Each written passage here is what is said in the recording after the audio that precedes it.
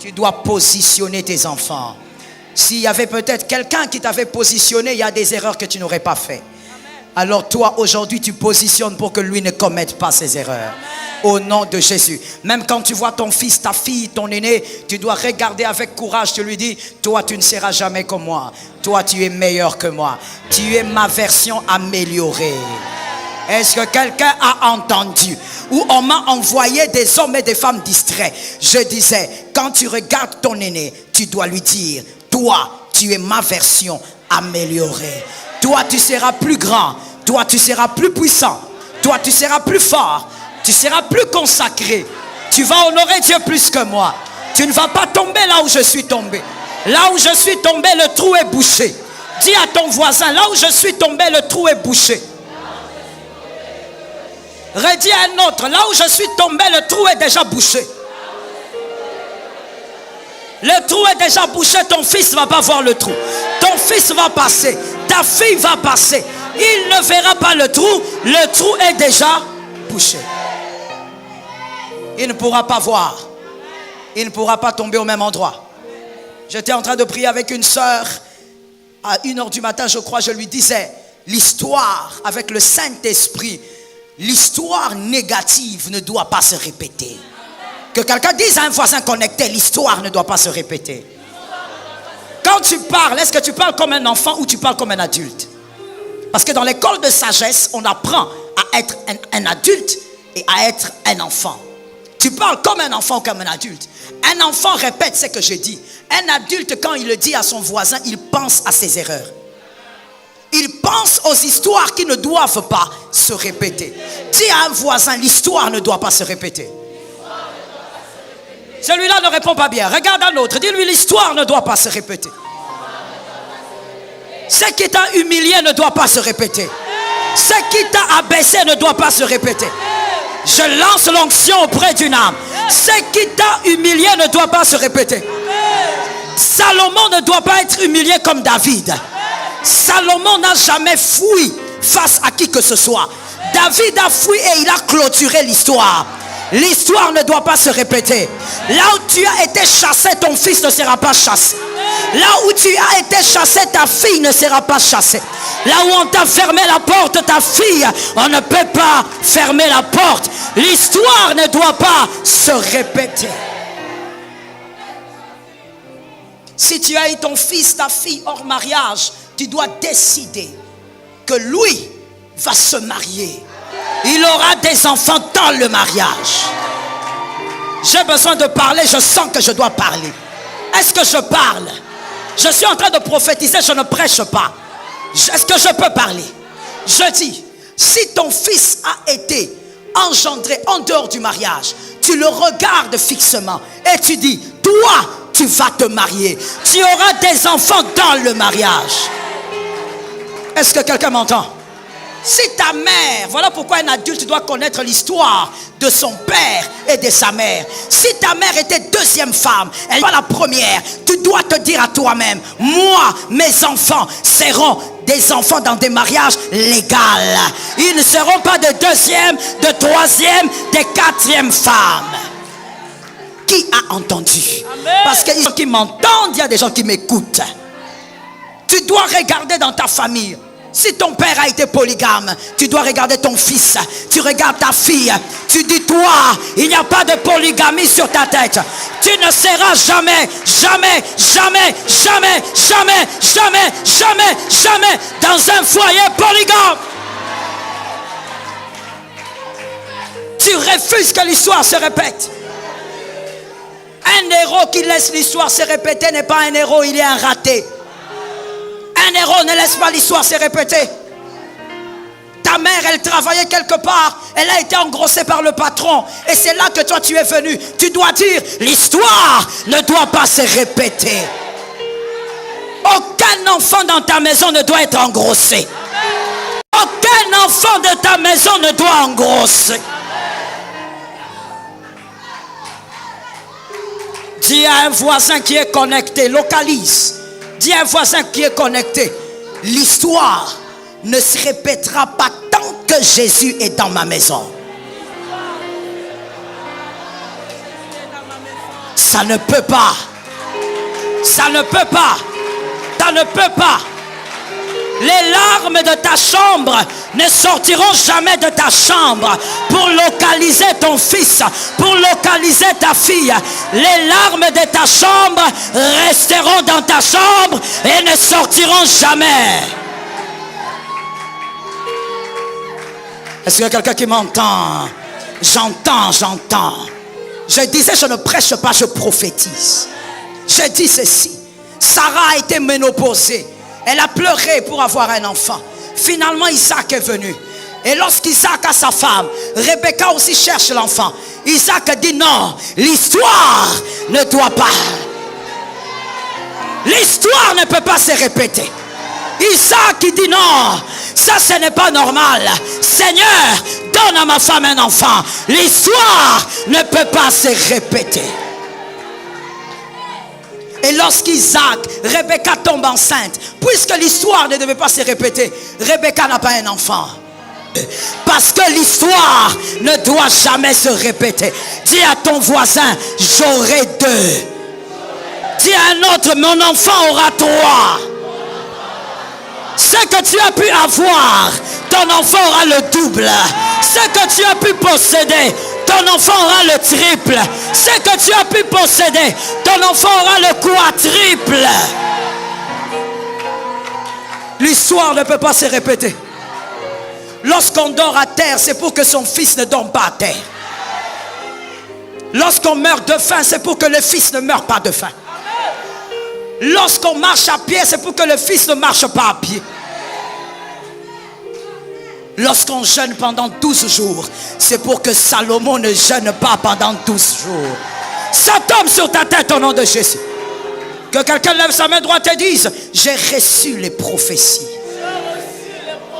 Je les emmagasine. Ça tombe sur mes enfants. Assieds-toi avec ta portion. L'histoire ne peut pas se répéter. Celui qui retient la sagesse, celui qui pleure bien est celui qui pleure pour ne plus jamais pleurer. Retiens la sagesse. Celui qui pleure bien, qui ne pleure pas pour gaspiller son énergie, pleure pas comme un enfant. Même quand tu as mal, c'est celui qui pleure pour ne plus jamais pleurer. Quand il pleure, il dit, cette histoire ne doit plus jamais revenir. Il trouve des stratégies pour que ses larmes ne reviennent plus jamais. In the name of Jesus, you are blessed. Je suis en train de te parler depuis quelques dimanches du grand thème « Quel est ton nom ?» qui était la résultante de la retraite d'église qu'on avait eue ici. Et j'étais en train de te parler de l'importance des relations, des connexions, parce que le mois de septembre est un mois de connexion exceptionnelle. Vis-les même quand tu veux aller dormir. Même quand tu veux aller dormir, vis-les. Parce que d'ailleurs, tu peux faire plusieurs rencontres avec ton téléphone qu'en sortant dans un bus. Fais des rencontres au nom de Jésus. Des connexions exceptionnelles au nom de Jésus. Et le dimanche passé, nous étions en train de parler du point 2, ressorti de 2 Rois 2:23, en parlant de ces enfants qui ont rencontré Élisée. Élisée qui avait le manteau. Mais les ours ont dévoré ces enfants parce qu'ils n'ont pas su reconnaître par l'esprit du discernement une rencontre exceptionnelle. Et on avait dit il faudrait prier pour l'esprit du discernement. Que l'Éternel te donne cette capacité.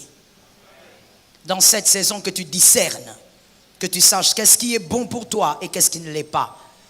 Et on a parlé aussi de 3 types de relations. On a parlé des relations en argent, des relations en or et aujourd'hui des relations en argile ou des connexions en argile. En argent, on avait dit que c'était la famille. En or, on avait dit des personnes exceptionnelles que nous rencontrons qui nous bonifient, qui nous capacitent, qui nous rendent meilleurs.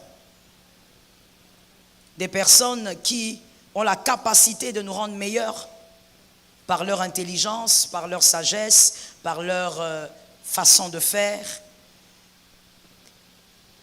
Et aujourd'hui, je te parle donc des rencontres en argile. Juge 16. Juge 16, 4 à 6. Je lis la parole au nom de Jésus. Après cela, il aima une femme, on parle de Samson, il aima une femme dans la vallée de Sorek. Elle se nommait Délila. Les princes des Philistins montèrent vers elle et lui dirent, flatte-le pour savoir d'où lui vient sa grande force et comment nous pourrions nous rendre maîtres de lui. Nous le lirons pour le dompter et nous te donnerons chacun 1100 cycles d'argent. Délila dit à Samson, dis-moi, je te prie, d'où vient ta grande force et avec quoi il faudrait te lier pour te dompter. Je suis déjà à 6. Je suis déjà à 6. Oui, il faut lire avec moi. Alors je relis le 6. Délila dit à Samson, dis-moi, je te prie, d'où vient ta grande force et avec quoi il faudrait te lier pour te dompter. Parole du Seigneur. Cette parole est claire, mais évoluons calmement. L'argile, c'est quoi? L'argile est une roche, est une roche terreuse. L'argile est une roche terreuse, donc qui sous-entend qu'elle est fragile. Elle vient de la terre et donc elle est fragile. Lorsqu'on voit argile, on voit une certaine fragilité. Pourquoi? Parce que simplement, elle provient de la terre. Il y a des relations. Quand vous les commencez, vous devenez vulnérable. Vous devenez fragile. La relation elle-même a tendance même à vous hypnotiser. La relation, elle a tendance à vous hypnotiser. La relation, elle vous endort. La relation vous fait perdre tous vos moyens. C'est important d'écrire ça. Nous sommes à l'école de la sagesse. Nous écrivons. Elle a tendance à vous faire perdre tous vos moyens, cette relation, ce genre de relation, cette catégorie de relation.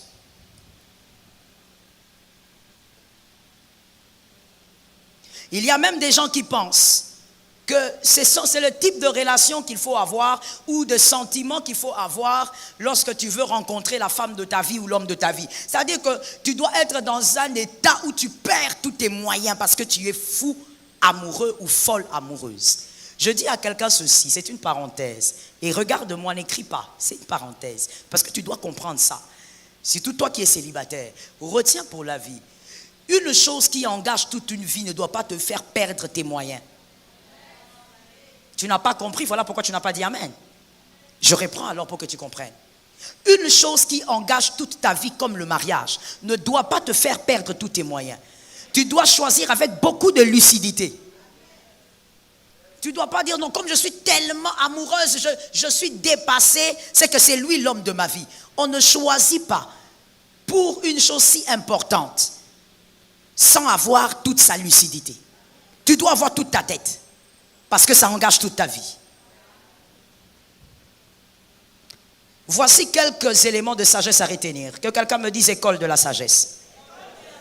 Écrivons alors. Voici des éléments de sagesse à retenir pour la vie. Mon frère, l'intelligence peut se façonner. L'intelligence peut même se communiquer. La sagesse, c'est autre chose. Quand tu as l'opportunité de recevoir une parole de sagesse, garde-la pour toute ta vie. La première chose à comprendre, il y a des choses à ne jamais commencer. Parce que même quand vous l'aurez arrêté, ça va vous laisser avec des séquelles. Il y a des choses à ne jamais commencer. Quand vous les commencez, ça vous laissera avec des séquelles, même si vous avez la force d'arrêter. Et je veux encore émettre une sagesse là. Je veux dire ceci. Il y a même des stigmates qui font plus de dégâts que les blessures elles-mêmes. Il y a des stigmates qui créent plus de dégâts que les blessures ou que la blessure elle-même. Quand tu étais blessé, tu n'as pas eu autant de dégâts que quand la plaie s'est cicatrisée. Oh oui, ça existe. Il faut être sage sur la terre. Je te donne un exemple de Géasi. Qu'est-ce qui a en réalité amené Géasi à perdre l'onction qui lui était due et à vivre dans la lèpre? Ce qui a amené Géasi à perdre son onction, c'était cette envie. Mais d'où venait cette envie? Cette envie venait d'une blessure. Une blessure qui avait certainement séché. Quelle était cette blessure? Je suis avec cet homme, je n'ai rien. Je suis avec cet homme, ma vie n'avance pas. Je suis avec cet homme, il n'y a que lui qui est appelé prophète. Moi, je ne suis rien. Que quelqu'un me dise blessure. Je suis en train de t'expliquer. Parce que si je te laisse comme ça, surtout à ce point-là, tu ne vas pas comprendre comment les stigmates peuvent avoir des fois plus d'impact que la blessure. Il faut alors écouter, n'écris pas, écoute-moi. Géasi blessé, il dit quoi? Regarde ma situation. Comment je peux être avec quelqu'un autant d'années? Moi, je n'ai pas de position. Même quand il faut prier pour un malade, il va lui-même. Quand il faut aller faire ceci, il va lui-même. Celui qu'on appelle prophète, c'est lui. Moi, on m'appelle serviteur. Toutes ces années, je n'ai rien gagné. C'est là la blessure. Mais quand la blessure a séché, les stigmates ont créé d'autres dégâts.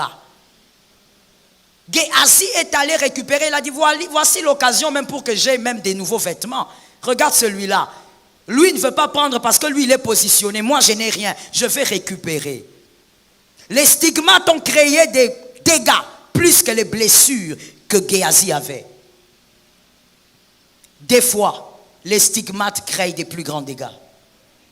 Il ne faut pas dire je vais guérir. Des fois même, lorsqu'on guérit, on fait des plus grands dégâts que lorsqu'on était malade. J'ai parlé à quelqu'un de sage. Des fois dans la vie, on fait des plus grands dégâts quand on se dit avoir été guéri que lorsqu'on souffrait. Alors il y a des choses à ne pas commencer. Il y a des stigmates à ne pas avoir. Par conséquent, il y a des blessures à ne pas avoir, à éviter. Il y a des relations à ne jamais commencer. Quand vous les commencez, même si vous arrêtez, ça va vous laisser avec des grands dégâts. Que Jésus nous délivre. Deuxième notion de sagesse. Ne laissez jamais une relation se définir par elle-même. Jamais. Définissez-la. Ne laissez jamais une relation se définir par elle-même. Définissez-la. C'est vrai qu'il y a des relations qui nous tombent dessus. On ne calcule pas. On ne dit pas aujourd'hui je vais rencontrer quelqu'un. Non, ça nous tombe dessus, on fait des rencontres, ça s'est bien passé, la connexion a été bonne et voilà, une histoire commence. Mais même lorsque l'histoire commence, sois capable de la gérer. Sois comme un homme qui est sur un cheval. Quand tu montes dessus, même quand le cheval commence à courir, tu dois avoir les rênes. Tu dois être capable de définir la relation au fur et à mesure que vous êtes en train de la vivre. Ne subis pas une relation comme ça, une relation qui te définit toi. C'est très dangereux. Lorsqu'un homme est incapable de gérer sa femme, il ne mérite pas cette femme. Lorsqu'une femme est incapable de façonner son mari, elle ne mérite pas cet homme. Elle a épousé l'homme d'autrui. Il a épousé la femme d'autrui. Un homme qui est marié, qui dit, je n'arrive pas à gérer ma femme, elle me dépasse. Ce n'était pas ta femme, mon frère. Tu as mal choisi. C'est la femme de quelqu'un d'autre. Dieu a fait les choses de manière à ce que dans les relations, un homme marié soit capable de gérer sa femme. Une femme soit capable de façonner son mari. Mais quand tu n'arrives pas à faire ça, tu as épousé la mauvaise personne. Et dans les relations de même, quand tu n'arrives pas à définir une relation, c'est une relation que tu ne devrais même pas avoir. Parce que toute relation doit être définie d'abord par vous. Est-ce que quelqu'un m'entend? Des fois, j'écoute surtout au milieu de la jeunesse. Des fois, ça m'étonne. Mais je me dis, peut-être que c'est un problème de fondement. Vous écouterez un jeune homme dire, maman, je n'arrive pas à gérer cet homme-là. Je n'arrive pas à gérer cette femme. Même quand je ne veux pas, il me cherche. Même... Monsieur, comment tu vis dans une relation que tu ne définis pas? C'est à toi de définir. Quand est-ce qu'on t'appelle et quand est-ce que tu prends les appels? Quand est-ce qu'on te voit et quand est-ce qu'on ne te voit pas? Un homme normal, je dis homme avec un grand H, un homme normal qui va loin doit avoir des moments où il est trouvable et des moments où il est introuvable. Dis ça à ton frère.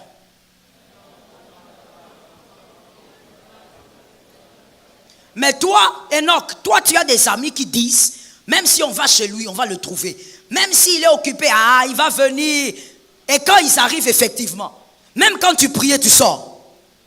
Tu coupes la prière. Oh, ils sont venus. Il là, c'est qui? Une relation s'est définie. Un homme qui est trouvable à tout moment est bizarre.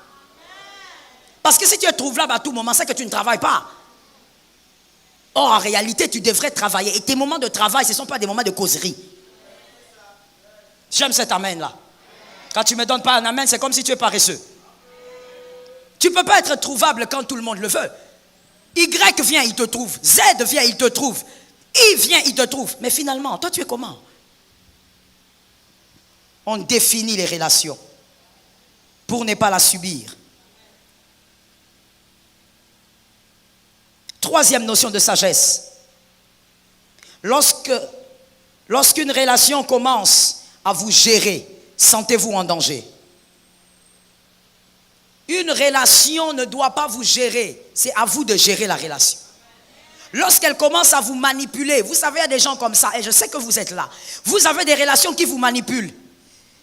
Donc vous n'avez aucun pouvoir sur cette relation-là.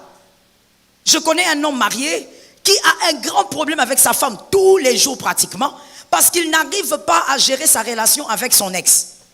Alors qu'en réalité, il n'y a rien entre lui et son ex. Il n'y a rien. Mais son seul problème, c'est qu'il n'est pas sage. Il y a des gens, vous savez, qui ont des problèmes dans la vie, pas parce que ce sont des mauvaises personnes, mais parce qu'elles ne sont pas sages. Il n'arrive pas à définir sa relation avec son ex. Ça crée des problèmes dans son foyer, alors qu'il n'y a rien entre lui et l'ex. Et quand on lui parle, même moi quand je lui parle, il me dit, maman, vous savez, c'est compliqué. Elle est téméraire, mon ex. Mais finalement, comment un homme peut être comme ça? C'est à toi de définir ce que tu vis.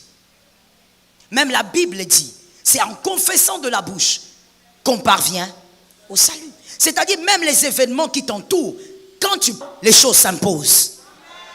Mais toi, les humains, déjà pas les gérer. Cette relation devient dangereuse. Mais le Christ, dans cette relation d'intimité avec lui, vous laisse une grande portion de gérance. Le Christ vous laisse gérer aussi cette relation avec lui. C'est comme ça qu'il a pu dire dans ce verset et dans d'autres, ta foi t'a sauvé. C'est-à-dire, ça dépend aussi de toi. Ce que tu fais, ce que tu dis. Il n'y a pas que moi qui suis ton Seigneur, mais ce que tu dis t'apporte aussi le bonheur. Tu ne peux pas être dans une relation que tu es incapable de gérer. Elle est dangereuse pour toi. Quatrième notion de sagesse. Toute relation qui vous affaiblit vous modifie. N'oubliez jamais ça. Et d'ailleurs, je veux préciser une chose. En réalité, toute relation nouvelle qui se transforme en fréquentation, c'est une relation absolument qui vous modifie, d'une manière ou d'une autre. Lorsque vous vivez une certaine fréquentation, vous serez automatiquement modifié, d'une manière ou d'une autre. Est-ce que quelqu'un m'entend? Lorsque vous rencontrez un ami avec qui vous passez beaucoup de temps, d'une manière ou d'une autre, il modifie quelque chose en vous. Et vous modifiez aussi quelque chose en lui. Lorsque vous rencontrez votre femme, votre mari, vouloir ou pas, cette personne va vous modifier. Il y a des choses qui vont changer en vous. Il y a des choses qui vont changer en elle ou en lui. Donc, il faut déjà le savoir, que toute relation qui va se transformer en fréquentation va vous modifier. Soyez conscient de ça. J'ai envie de dire quelque chose. Lorsqu'on sait, monsieur Enoch, venez, je vais illustrer ça. Je n'ai pas des outils ici pour illustrer, mais ce n'est pas grave. Vous avez un stylo? Venez avec votre stylo. Lorsque l'on sait qu'une fréquentation, retournez-vous vers moi, lorsqu'on sait qu'une fréquentation modifie, Quand on est mature, adulte, on vérifie. Celui que je fréquente a quel type d'outil qui va me modifier. Il ne faut pas être là, je vois ça souvent aussi chez les jeunes. Quand tu lui dis, attends, tu as changé. Non, je n'ai pas changé. Non, changer n'est pas le mal. Changer, ce n'est pas mauvais, c'est une évidence. Que quand on fréquente quelqu'un, cette personne vous change. Et vous aussi, vous la changez. Que ça soit à petite échelle ou à grande échelle, il y aura cet échange. Maintenant, voici la maturité. Comme vous savez que toute fréquentation, je ne parle pas d'une relation comme ça au téléphone, 2-3 fois par mois on se salue. Je parle de fréquentation. Lorsque vous commencez à fréquenter quelqu'un, vérifiez comme une personne adulte, mature. Quels sont les outils qu'il a entre ses mains qui pourront certainement vous influencer? Je donne un exemple. Est-ce que cette personne réfléchit bien sur la vie? C'est un outil. Parce que ça finira par vous influencer. Comment cette personne conçoit la vie? Elle conçoit que dans la vie, il faut toujours se faire aider ou dans la vie, il faut être les précurseurs. Quel est l'outil de celui que vous fréquentez? C'est ma meilleure amie. Quels sont ses outils? Pour elle, pour ta meilleure amie, la valeur de l'être humain, c'est quoi? La valeur d'un homme aussi, c'est quoi? La valeur d'une femme, c'est quoi? Quels sont les outils que celui que tu fréquentes a? Parce que ces outils-là vont te façonner. Est-ce que quelqu'un m'entend bien?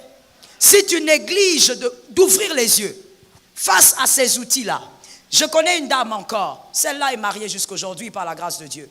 Elle, Dieu a sauvé son mariage par le feu. Dieu a eu pitié. Regardez là, permettez-moi de le dire, la sottise de cette femme. C'est qu'elle vivait avec son mari et son mari avait un meilleur ami. Et ce meilleur ami, quand il arrivait à la maison, il avait toujours tendance à dire à la femme, « Oh, ton mari, il est trop stressé. Si je le laisse ici, vous allez avoir du bruit, je veux t'aider. Moi, je sais comment le déstresser. C'est mon ami d'enfance. » Et il partait boire, boire et boire encore. Et la femme savait que son mari, quand son ami arrivait, cet homme l'amenait pour boire, boire et boire. Et quand il revient, il est KO, il dort. Et la femme qui dit oui, voilà, au moins on n'aura pas de problèmes, on ne va pas se disputer. Son ami connaît le remède. Ce qui était entre les mains de l'ami de son mari, c'était quoi? Je ne t'entends pas très bien. C'était quoi? Je n'entends même pas. Quelle est la chose que l'ami utilisait pour soi-disant calmer son mari? L'alcool. L'alcool. Quand tu fréquentes quelqu'un, regarde quel est l'outil qu'il a. C'était l'alcool. La femme a négligé. La femme s'est dit, bon, tant que ça fait du bien à mon mari, mais mon frère, ça a dégénéré. Est-ce que quelqu'un m'entend bien? Le péché engendre le péché. Ça a dégénéré. Cet homme qui allait boire pour se calmer, un jour en allant boire, il rencontre les femmes et puis son ami qui lui dit « Ah, ça la rappelle moi bien, prends un peu la petite là, mets-la sur les cuisses. » Le mal qui ne devait pas arriver, j'ai l'habitude de dire à certains de mes fils pour les taquiner, quand tu es un wanted ou une wanted dans le monde des ténèbres, fais attention à ce que tu fais. Le péché qui n'a rien fait à l'autre, toi, ça risque d'enterrer ta destinée. On n'a pas, je vais le dire autrement, nos têtes n'ont pas le même prix dans le monde des ténèbres. Nos têtes n'ont pas le même prix. Toi, tu es là, tu regardes, tu es dans une ambiance diabolique. Quand tu vois tes frères faire des erreurs, tu dis alors, pourquoi pas moi? Nos têtes n'ont pas. On n'a pas combattu le diable de la même manière. La femme là, une nuit, cet homme dans l'ivresse, il est parti avec cette fille qu'il ne connaissait même pas. La fille tombe enceinte. Pendant que dans leur foyer, il n'y avait pas d'enfant. Le diable n'est pas ton ami. Quand tu fréquentes quelqu'un, regarde quels sont les outils qu'il a en main. Toi, tu es enfant de Dieu, tu fréquentes, ton meilleur ami est païen. Et tu me dis, maman, mais est-ce qu'il faut fuir les païens? Je ne dis pas qu'il faut fuir les païens, mais j'ai dit que la fréquentation et la relation doivent être distinguées. On ne fréquente pas un païen, tu vas devenir païen. Moi, je pose une question simple. Avez-vous déjà expérimenté ça? Si oui, dites-moi quoi faire, parce que moi, je n'ai jamais vu ça. Vous prenez des fruits très mûrs, très bons. Vous prenez un fruit pourri. Vous les mettez au milieu des fruits bons et le fruit pourri devient bon. Si toi tu as déjà fait ça, viens me montrer c'est quelle chimie, ça va m'aider. Moi je n'ai jamais vu. Lorsque vous prenez 10 fruits bons, les meilleurs, vous mettez un seul pourri, venez après 2 jours. Venez après 2 jours. Tu ne peux pas fréquenter quelqu'un qui n'a pas les mêmes valeurs que toi. Toi, tu sais qu'on est épouse d'un seul homme, mais ta meilleure amie, elle a 50 concubins. Comment tu veux faire les choses? Quel est l'outil de la personne que tu... Pourquoi on oublie ça? C'est comme ça que généralement, on prêche dans l'église, mais les gens ne changent pas. Parce qu'en sortant d'ici, vos fréquentations sont en argile. Vos fréquentations sont nocives. Il faut faire attention avec qui tu te colles. C'est ça la fréquentation. Avec qui on se colle. Lorsque tu as des bonnes nouvelles dans ta vie, qui tu appelles, à chaque fois qu'on dit, si on voit Enoch, on voit tel. Ton tel là, c'est qui? Quelles sont ses valeurs? Toi, tu es assise ici, tu es à l'église, tu écoutes la parole de Dieu. Lui, ton meilleur ami là, il est où à cette heure? Quelles sont ses valeurs? Quand tu ne vas pas à l'église, qu'est-ce qu'il dit ton meilleur ami? Est-ce qu'il connaît même ce que c'est l'église? Mais c'est celui-là que toi tu aimes. C'est mon ami d'enfance. Mon frère, être avec quelqu'un pendant des années, c'est très bien. C'est un signe de loyauté. Mais ça ne suffit pas. Parce que, écoute, je veux te dire quelque chose que tu dois retenir avant d'écrire. Le bonheur d'une relation ne réside pas dans le fait que toi, ça te rend heureux. Le bonheur d'une relation réside dans le fait que cette relation t'influence positivement. Je reprends pour les personnes qui étaient distraites. J'ai dit, le bonheur d'une relation ne réside pas dans la joie que ça te procure. Ah, moi quand je suis avec un autre, je me sens bien. Ah, la copine là, elle me fait du bien. Ce n'est pas ça le bonheur d'une relation. Même si ça te fait sourire du matin au soir. Le bonheur d'une relation réside dans l'influence que cette relation a sur toi. Même si cet ami-là te fait tellement du bien, ça fait 15 ans. Mais cet ami-là, c'est celui-là aussi qui te dit toujours, de toutes les manières, Dieu n'est pas tout dans la vie. C'est celui-là. Avec qui tu as grandi. Tu as géré à ta manière. Mais lui aussi, sa vision de Dieu n'a pas changé. Pour lui, ce n'est pas forcé qu'il faut servir Dieu. Ce n'est pas forcé qu'il faut aimer Dieu. Dieu ne bénit pas seulement les gens qui l'aiment. Il a une vision biaisée de Dieu. Mais c'est celui-là que toi tu gardes. Il finira par te modifier. Est-ce que quelqu'un m'a entendu? Vérifie l'outil de celui que tu fréquentes. Quelles sont les valeurs des personnes que toi tu fréquentes? Et ce qui est encore pire que quelqu'un me dise j'écoute. Que le Saint-Esprit m'aide. Ce qui est encore pire, c'est que dans votre manière de gérer vos fréquentations, vous laissez même n'importe qui fréquenter vos enfants. Parce que déjà, je vais dire quelque chose. Bon, tu es habitué à moi, tu sais que je choque, c'est pas grave. Parce que vous déjà, à votre niveau, vous laissez du n'importe quoi dans votre vie. Donc vous laissez automatiquement n'importe quoi aussi auprès des enfants. Ton enfant, il est là, il regarde la télé, il danse. La musique païenne à un niveau incroyable. Toi, tu dis, voilà, mon enfant sait danser. Il a des amis comme ça. Voilà pourquoi je vais dire une chose, mon frère. Nous ne sommes plus à la période ou à la saison des complexes. Dis seulement Amen. Oui, même si tu n'as pas entendu, je vais compléter. Alors dis d'abord Amen. Nous ne sommes plus à la saison des complexes. On ne fait pas étudier les enfants à cause du nom de l'école.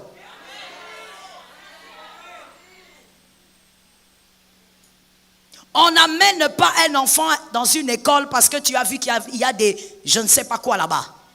Je refuse de citer le nom, je suis suivi dans le monde. Tu ne dois pas laisser tes enfants entrer dans une école parce que nous ne sommes plus dans la saison des complexes. Inscris tes enfants là où ils auront une bonne fréquentation. Mon frère, le monde est déjà tellement mauvais que si tu peux veiller qu'il y ait moins de mal, il faut le faire. Est-ce que vous entendez ce que je dis là? Le monde, il est déjà lui-même mauvais. Même si tu amènes les enfants où ils vont rencontrer le mal, alors si tu peux diminuer le mal là, ça serait une sagesse.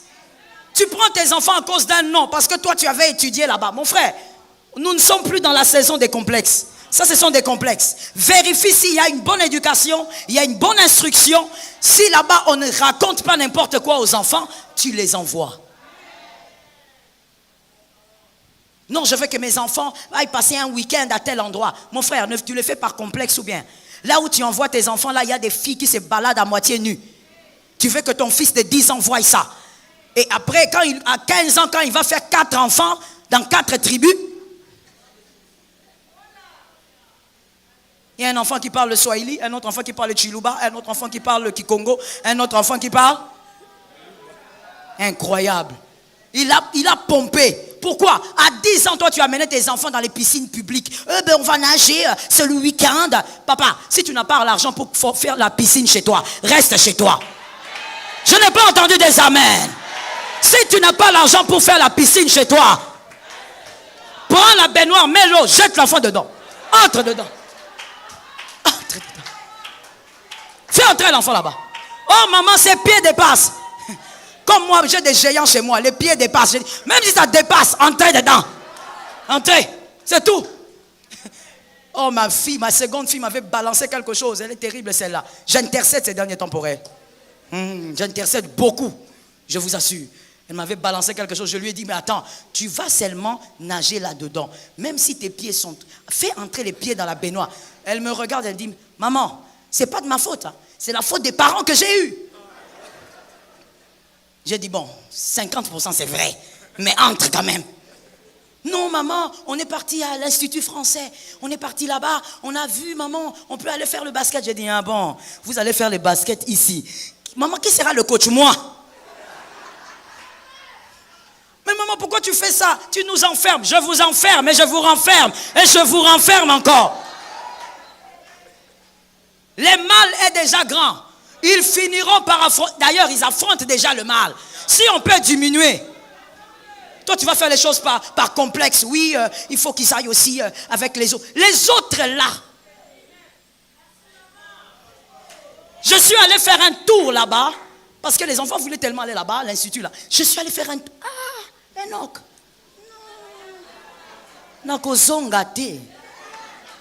Je regarde en train de faire le sport et tout ça. Mais il faut voir quelle tenue. Il faut voir quelle tenue. Ce sont des Africaines qui étaient là-bas. Il a compris en retard. Ce sont les Africaines qui étaient là-bas. Ce n'était pas des... poids 12, poids 15, poids 20. Avec des maillots. Poids 20. Jamais. Toi, tu te tues, tu te bats. Chaque culte le soir, tu pries. Même quand tu es fatigué, tu dis, il faut que j'éduque mes enfants. Et puis, tu les envoies par complexe aller fréquenter des milieux parce que tu dis, ce sont des milieux à fréquenter. Complexe inutile. Tes enfants ne doivent pas fréquenter le mal. Tu ne peux pas savoir comment ça peut détruire toute une destinée. Ce que tu fréquentes te modifie. Vérifie les outils. Celui que je fréquente, il a quoi? Quelles sont ses valeurs? Il aime quoi? Quand je lui parle de ma femme, comment il réagit? Il y a des hommes, quand tu parles de ton ami, tu parles avec ton ami de ta femme, il réagit directement. Ah, tu sais, moi je savais que tu allais souffrir. Hein? Celle-là. Même quand tu vois ses yeux, comment ses yeux scintillent. Il n'a aucun respect pour la femme. C'est lui-là ton ami. Refuse la destruction. Je suis d'accord avec toi, je dis refuse la destruction. Il y a des relations quand vous entrez. Vous commencez à fréquenter évidemment ces personnes. Ce sont des fréquentations qui vous rendent paresseux. Vous devenez paresseux. Vous n'aimez plus le travail, vous n'aimez plus les études. Ah, je parle. Je n'entends pas. Est-ce que je peux parler? Des fréquentations, quand vous commencez à monter à la montagne, vous commencez à laisser la barbe, vous commencez à laisser des cheveux comme des volcans, et vous dites quoi? Prophète. Prophète, tu prends les diplômes, tu déchires. Oh non, un homme de Dieu est au-dessus des diplômes. Il faut me regarder ici. Qui a dit que Jésus, est-ce que Jésus a étudié? Regarde même, tu vois même la question que tu poses, ça montre ton niveau intellectuel. Tu demandes si Jésus a étudié. Tu demandes si Dieu a étudié.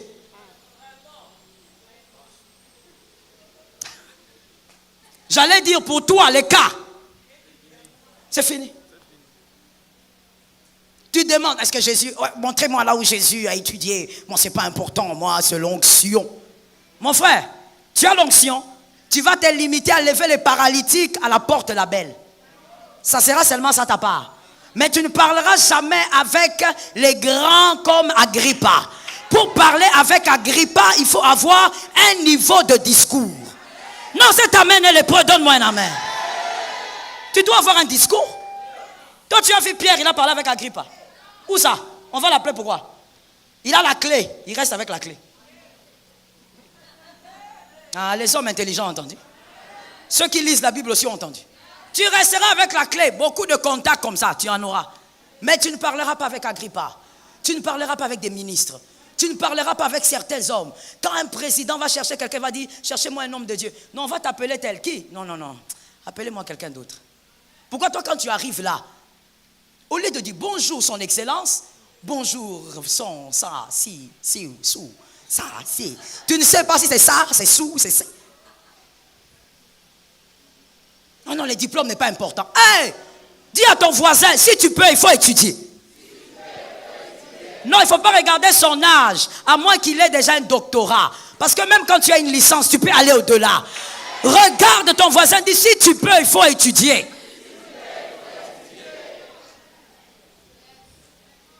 Il faut aller très haut. Moi, j'embête mon mari, je lui dis, je ne te lâcherai pas jusqu'à ce que tu deviennes professeur. Tu dois. Je lui ai dit, je révèle les secrets. Hein. S'il voit ces vidéos, je lui ai dit, ton père était professeur. Tu ne peux pas mourir sans avoir ces diplômes-là. Les autres ont compris. C'est-à-dire que quand le père a déjà atteint un certain niveau, il doit avoir ne fût-ce qu'un enfant qui va continuer la même œuvre. C'est comme ça. Pourquoi ton amen, tu ne me le donnes pas? Tu vois, tu as des gens qui n'aiment pas les études. Regarde comment ils t'ont modifié. Non, même si tu as l'onction, il y a des endroits que la porte restera fermée tant que tu n'as pas le discours. Tant que tu n'as pas fait avancer un peu la connaissance. Tu as un ami paresseux qui n'aime pas les études. Lui qui te dit seulement, toi reste permanence, prophète, libère les prophéties. Voilà pourquoi quand tu libères les prophéties, tu vois seulement les fleurs et les herbes. Tu veux que je t'explique? Ce n'est pas le jour pour l'enseigner le prophétique, mais laisse-moi te dire. Parce que même dans le prophétique et même dans les songes, Dieu vous montre seulement ce que votre connaissance et votre intelligence peut comprendre. Voilà pourquoi même dans les rêves, nous ne voyons pas les mêmes images. On ne peut pas voir les mêmes images. Dieu ne peut pas te montrer quelque chose en te présentant la statue de la liberté. Non. Quand tu vas voir ça, tu vas sortir du songe, tu vas envoyer le feu.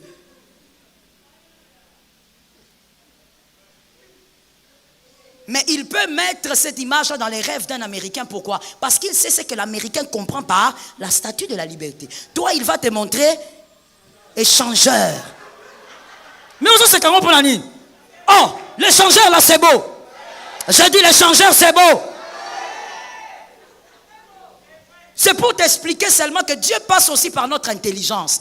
Toi, tu ne peux pas croire que l'onction, c'est être bête. L'onction, c'est refuser les études. Non, nous voulons des hommes d'onction étant des professeurs d'université, mais des hommes d'onction. L'onction, le diplôme n'est pas contre l'onction, et vice-versa. Mais tu as un ami qui t'abrutit. Montagne demain, montagne aujourd'hui. Montagne demain, montagne aujourd'hui. Vous ne voyez que les oiseaux. Vous ne voyez que les chenilles. Fais la défense là-bas maintenant à l'université. Tu es devenu la, le, li, les apostrophes. Tu lis même les apostrophes. Donc pourtant, on t'a dit qu'on lit ça. Les apostrophes avion. Tu ne sais plus quoi. Tu veux dire, parce que tu crois que Dieu, c'est paradoxal aux études. Non. Le problème, ce sont tes fréquentations. Est-ce que quelqu'un m'entend bien? Mais au nom de Jésus de Nazareth, que tes enfants soient des hommes d'onction et des hommes ayant étudié, qu'ils aillent loin, loin, loin, jusqu'à avoir des doctorats. Que tes enfants aillent loin. Est-ce que quelqu'un m'entend bien? Les fréquentations, ça va te modifier. Regarde qui tu fréquentes. À partir d'aujourd'hui, pendant que je parle, commence à faire déjà la ronde. Fais la ronde de tes fréquentations. Celui qui vient souvent chez toi, il est comment? Vous savez, Enoch dit d'abord que Dieu me délivre. Merci. Il y a un couple. Un monsieur, quand il vient chez eux, ce monsieur-là, c'est l'ami du couple. Quand il vient, il prend la télécommande. Il change de chaîne. Il termine, il va dans la cuisine, il mange. Oui. Il finit de manger. Et puis il dit à la femme, la boule là était petite, il faut faire plus. Et puis il vient, il étale, il enlève le canapé là, il enlève les coussins, il s'étale. Un paresseux tout fait. Je vais te dire quelque chose, parce que je vais finir par là, l'heure n'est pas à mon avantage aujourd'hui. Je vais te dire une chose. Un homme, ish, ne doit pas être paresseux. Un niche paresseux, c'est comme...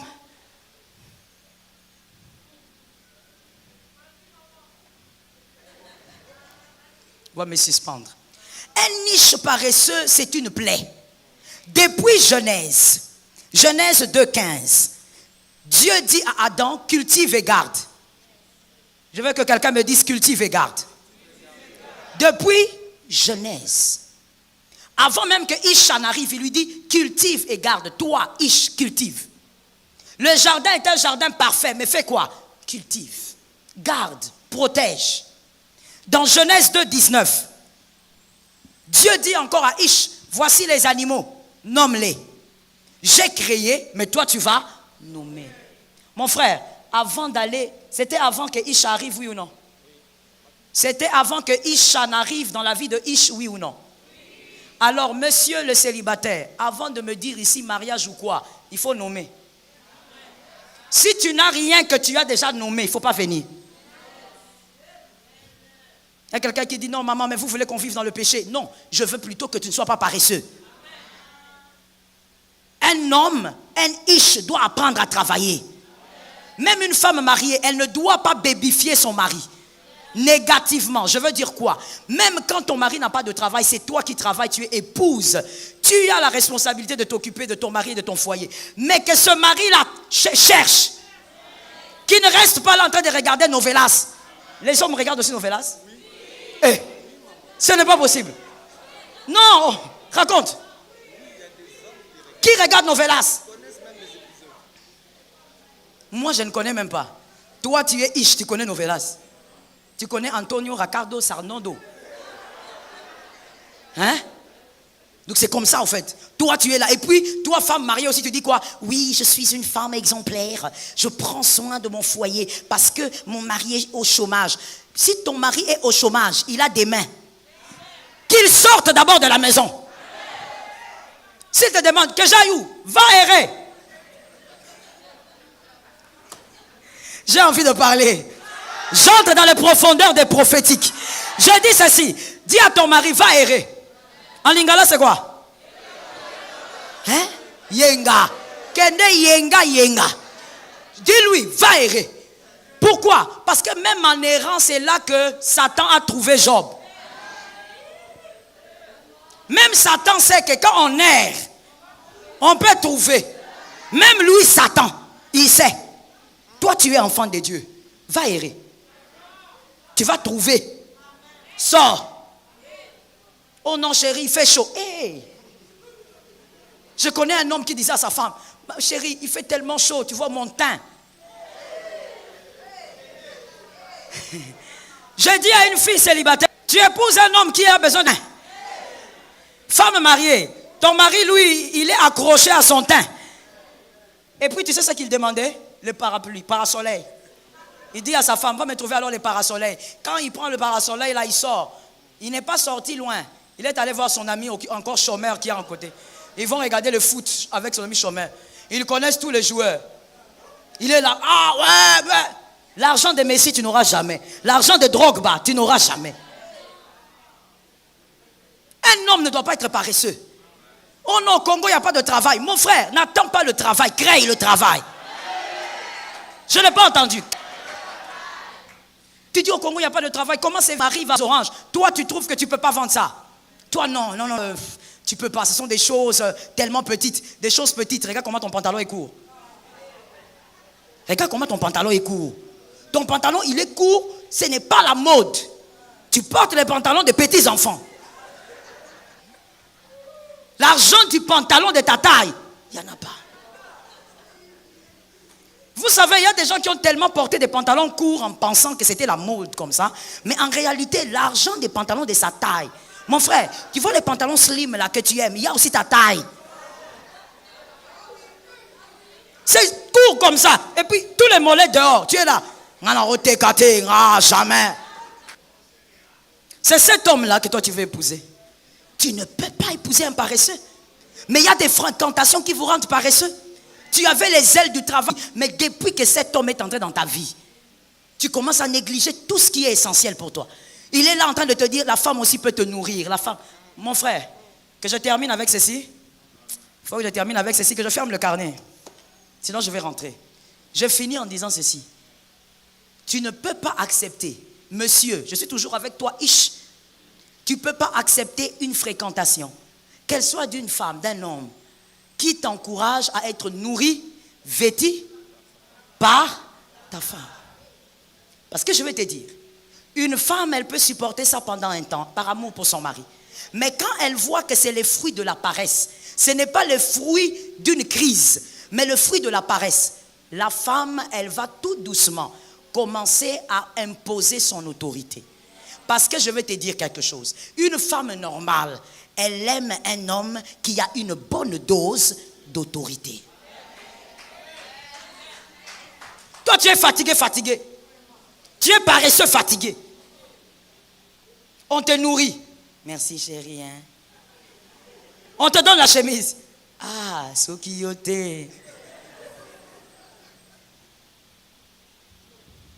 On fait tout pour toi, tu es là comme ça, tu es aussi molle. Mon frère, équilibré. Une femme équilibrée aime l'autorité d'un homme. À un moment donné, elle doit sentir qu'il y a quelqu'un ici.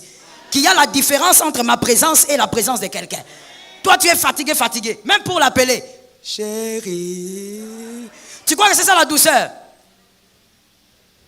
La femme a besoin de sentir l'autorité de son homme. Et cette autorité passe aussi par la capacité de prendre soin de sa maison. Gère tes fréquentations. Que l'Éternel te bénisse. Que Jésus te bénisse gravement. Tiens-toi debout, nous allons prophétiser. L'Éternel est fidèle. Nous allons prophétiser. Nous avons dit c'est un mois de connexion exceptionnel. Nous allons refuser énergiquement tout ce que le diable a organisé. Tout ce que notre cécité aussi a entretenu pour nous empêcher de saisir notre saison. Tu as les mains légèrement levées, s'il te plaît.